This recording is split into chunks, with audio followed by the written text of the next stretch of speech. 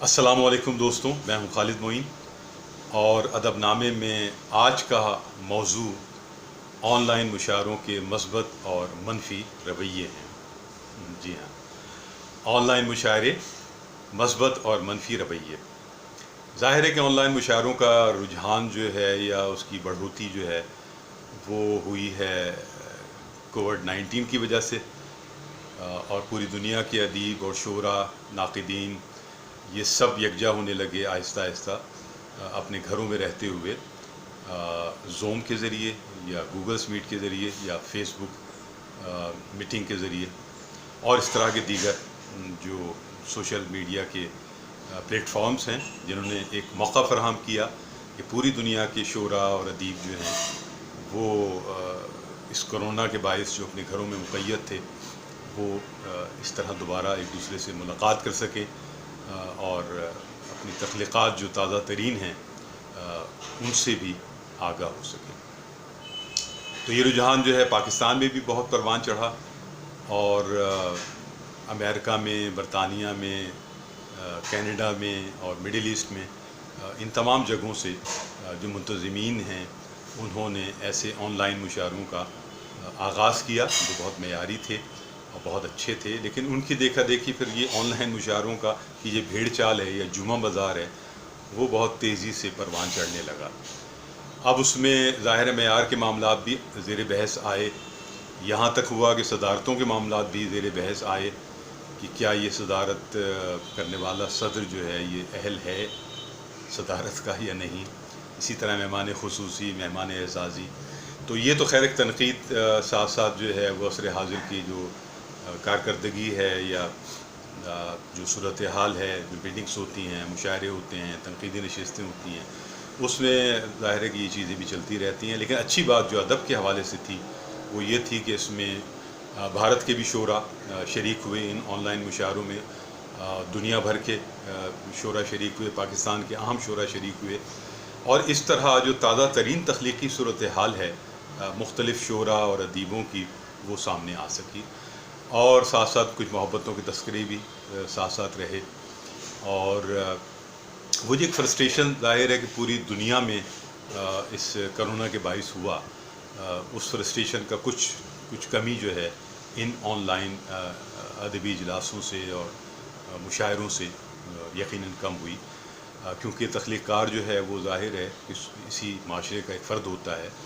اور وہ سوچتا ہے، سمجھتا ہے اور اپنے ہم خیال لوگوں سے، ہم مزاج لوگوں سے ملنا چاہتا ہے، اور وہ تازہ ترین تخلیقات جو وہ تحریر کر رہا ہوتا ہے اس کی شراکت بھی چاہتا ہے۔ تو یہ آن لائن مشاعروں نے اس کو ایک موقع فراہم کیا دنیا بھر کے شعراء کو کہ وہ مل سکیں، بیٹھ سکیں، بات کر سکیں، شعر سنا سکیں، اور ساتھ ساتھ ایسے بہت سے ادبی تنظیمیں جو کہ ہفتہ وار یا 15 روزہ تنقیدی اجلاس منعقد کرتی تھیں، انہوں نے بھی اپنے تنقیدی اجلاس اسی آن لائن صورتحال میں شروع کیے۔ پاکستان میں حلقہ رباب ذوق جہاں جہاں ہیں وہاں ظاہر ہے کہ بھی اجلاس ہوئے۔ انجمن ترقی پسند مصنفین پاوا، انہوں نے بھی جو اپنے 15 روزہ اجلاس ہیں وہ بھی زوم پر منتقل کیے۔ کراچی میں خاص طور پر حلقہ رباب ذوق جو ہے وہ بہت فعال رہا، وہ اتنا فعال رہا کہ حیرانی ہوتی ہے کہ اتنے 4-5-6 مہینوں میں تواتر سے زیب اسکار حسین صاحب کی سربراہی میں اور ان کے رفقا نے مسلسل اجلاس کیے اور روزانہ کی بنیاد پر اجلاس کیے، اور یہ روزانہ کی بنیاد پر کیے جانے والے اجلاس اس لیے دلچسپ رہے یا اہم رہے کہ اس میں ہر روز ایک نیا موضوع، جس میں کچھ لیکچر بھی تھے، جس میں کچھ مشاعرے بھی تھے، جس میں تنقیدی اجلاس بھی شامل تھے، اور مزید کچھ اور تحقیقی اور تعمیری صورتحال اجلاسوں کی رہی۔ اسی طرح انجمن ترقی پسند مصنفین پاوا نے بھی 15 روزہ اجلاس کیے، اور اس میں بھی بعض لیکچر بھی تھے، بعض مشاعرے بھی تھے، اور بعض محفل مسالمہ جیسے وہ بھی ہوئی ہر دو طرف۔ تو یہ ایک بہت خوشائند بات رہی ہے۔ اب تو خیر ظاہر ہے کہ تھوڑا سا صورتحال بہتر ہوئی ہے، اور آرٹس کونسل کراچی میں بھی کچھ تقریبات کا آغاز ہوا ہے، اور دیگر کچھ ادبی تنظیمیں بھی مشاعرے بھی کر رہی ہیں آہستہ آہستہ، اور ادبی اجلاس بھی منعقد کر رہی ہیں۔ تو یہ تو ٹھیک ہے کہ آن لائن نے ایک موقع فراہم کیا، ایک جدید سہولت فراہم کی کہ گھر بیٹھے ہوئے آپ ادبی اجلاسوں میں شریک ہو سکیں، لیکن اس میں ظاہر ہے کہ معیارات کا فرق اپنی جگہ نظر آیا، اور یہ بہت ضروری ہے کہ ایک تو کسی بھی چیز میں بہتات نہ ہو، اور بہتات ہو تو پھر معیار کو بہت مضبوطی سے پکڑا جائے اور اس کو قائم رکھا جائے۔ تو جن ادبی تنظیموں نے یہ کام کیا کہ اپنے اجلاس جو ہیں بہت معیاری کیے، اپنے موضوعات کو جو ہے اس میں تنوع رکھا، وہ تو بہت کامیاب رہے۔ لیکن یہ جو ٹھڑک آ گئی بیچ میں آن لائن مشاعروں کی، اور ہر فرد ایک کھڑا ہو گیا اور وہ آن لائن مشاعرے کروانے لگا، اور اس میں اس بات کا بالکل بھی خیال نہیں رکھا گیا کہ کتنے شعراء ہیں، کس معیار کے شعراء ہیں، اور ایک بھیڑ چال شروع ہو گئی جس نے ظاہر ہے کہ آن لائن مشاعروں کے انعقاد پر سوالیہ نشانات بھی اٹھائے، اور بہت سے سینئر شعراء اور اچھے شعراء اور معیاری شعراء ان آن لائن مشاعروں سے بیزار بھی پائے گئے۔ اچھا، دوسری بات یہ ہے کہ ہر فرد کے پاس یہ سہولت میسر نہیں ہے کہ اینڈرائڈ فون ہو اس کے پاس، یا وہ سہولت کو استعمال کر سکے یا جانتا ہو۔ تو یہ کام ظاہر ہے کہ شعراء کے جو نئی نسل کے بچے ہیں انہوں نے ان کو یہ موقع فراہم کیا کہ یہ سارا سیٹ اپ کر کے دیا، اور کچھ لوگ متنفر بھی رہے ساری صورتحال سے، کچھ لوگ جو ہیں وہ اس کو بالکل ایک بے روح صورتحال سمجھتے ہیں، وقت کا ضیاع سمجھتے رہے کہ یہ آن لائن مشاعرے نہ تو پیمنٹ کرتے ہیں، نہ تو اس میں کوئی داد فریاد کی صحیح صورتحال سمجھ میں آتی ہے، اور نہ تو ان کا معیار ایسا ہوتا ہے کہ اس میں شرکت کی جائے اور اپنے 2-3 گھنٹے ضائع کیے جائیں۔ تو یہ بات بھی صحیح ہے، لیکن بہرحال اس رجحان کو جو کہ آن لائن مشاعروں کا ہے یا آن لائن ادبی اجلاسوں کا ہے، اس کو یاد رکھا جائے گا، اور یہ ممکن ہے کہ آگے چل کر یہ صورتحال کسی نہ کسی صورت میں قائم رہے، اور اس طرح دنیا جو ہے وہ جسے ہم گلوبل ولیج کہتے ہیں وہ واقعی سکڑے ادب کے لیے، جس میں ظاہر ہے کہ فیس بک نے سکیڑ دیا ہے، واٹس ایپ نے سکیڑ دیا ہے، اور اس طرح کے جو سوشل میڈیا کے دیگر عناصر ہیں انہوں نے یقیناً جو ہے وہ قریب کیا ہے دنیا بھر کے ادیبوں کو، شعراء کو، ناقدین کو، لکھنے والوں کو، افسانہ نگاروں کو، ناول نگاروں کو۔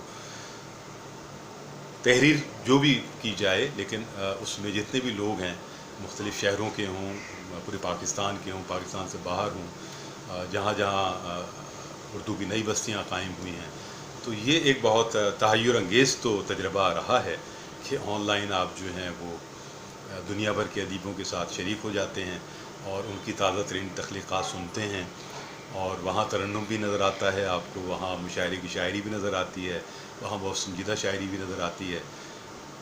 اور نظامت کی جوہر بھی نظر آتے ہیں، اور اچھی صدارتیں بھی نظر آتی ہیں۔ جیسے طاہر عظیم ہمارے بحرین میں ہیں، انہوں نے بہت اچھا مشاعرہ کیا، اور بہت سے مشاعرے ظاہر ہے کہ ایسے ہیں جو بہت یادگار ہیں۔ T2F نے بہت اچھے آن لائن مشاعرے بھی کیے، اس کے علاوہ اور دیگر جو اہم ادبی ثقافتی موضوعات ہیں جس میں ان کا دائرہ خاصا وسیع رہا، تو وہ بھی انہوں نے اس میں شامل کیے،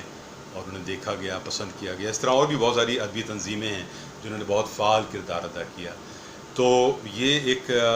ایک نیا رجحان ہے ادب میں، اور کیا یہ مستقل رہے گا؟ کیا یہ اتنا پائیدار ہے کہ اسے جاری رکھا جائے گا؟ اور کیا اس کی افادیت بہت زیادہ ہے ادب میں یا کم ہے؟ کیا اس کے معیارات بہت بلند ہیں یا پس درجے کے ہیں یا درمیانی ہیں؟ یہ سب چیزیں وقت کے ساتھ ساتھ ظاہر ہے کہ وقت کی چھلنی میں یہ سب چیزیں چھن جائیں گی، اور بہتر سے بہتر صورتحال یقیناً ادب میں ہوگی۔ ادب نئے تجربات کو قبول کرتا ہے، ادب میں نئے تجربات ہونے چاہیے، اور نئے تجربات ہی سے ایک اس میں زندگی جو ہے دوڑتی ہے، اور ادب کے جو نئے تجربات ہیں یا نئے رجحانات ہیں، اس میں ظاہر ہے کہ نئی نسل کا بڑا اہم کردار ہے، چونکہ نئی نسل جو ہے وہ زندگی سے اور دنیا سے اور تازہ ترین رجحانات سے جڑی ہوئی ہوتی ہے۔ تو نئی نسل بھی کیا سوچتی ہے اس بارے میں، اور کیا وہ اس کو آگے بڑھانا چاہے گی یا نہیں بڑھانا چاہے گی، یہ وقت کے ساتھ ساتھ سامنے آئے گا، اور آنا چاہیے بھی۔ اس وقت میں اس گفتگو کو بس یہیں تک رکھنا چاہتا ہوں. آج سنڈے ہے اور ہم سب بہت ریلیکس موڈ میں ہیں، تو میں نے کہا کہ ایک ہلکے پھلکا سا ایک موضوع جو ہے اور ایک ادب کا جدید رجحان جو ہے وہ آپ سے ڈسکس کیا جائے ادب نامے میں. اور رضی اختر شوق مجھے یاد آ گئے، اور وہ بہت اچھے شاعر تھے. میرے موسم میرے خواب اور جست ان کے دو شعری مجموعے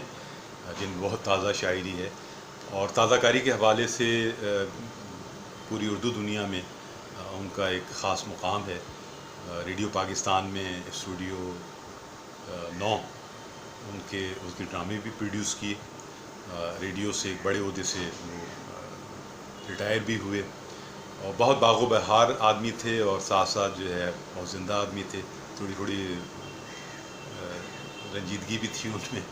لیکن وہ جیسے قداور آدمی پہ سجتی بھی تھی. تو ان کے 2-3 شعر ہیں کہ ایک پتھر ادھر آیا ہے تو اس سوچ میں ہوں، ایک پتھر ادھر آیا ہے تو اس سوچ میں ہوں، میری اس شہر میں کس کس سے شناسائی ہے. ایک پتھر ادھر آیا ہے تو اس سوچ میں ہوں، میری اس شہر میں کس کس سے شناسائی ہے.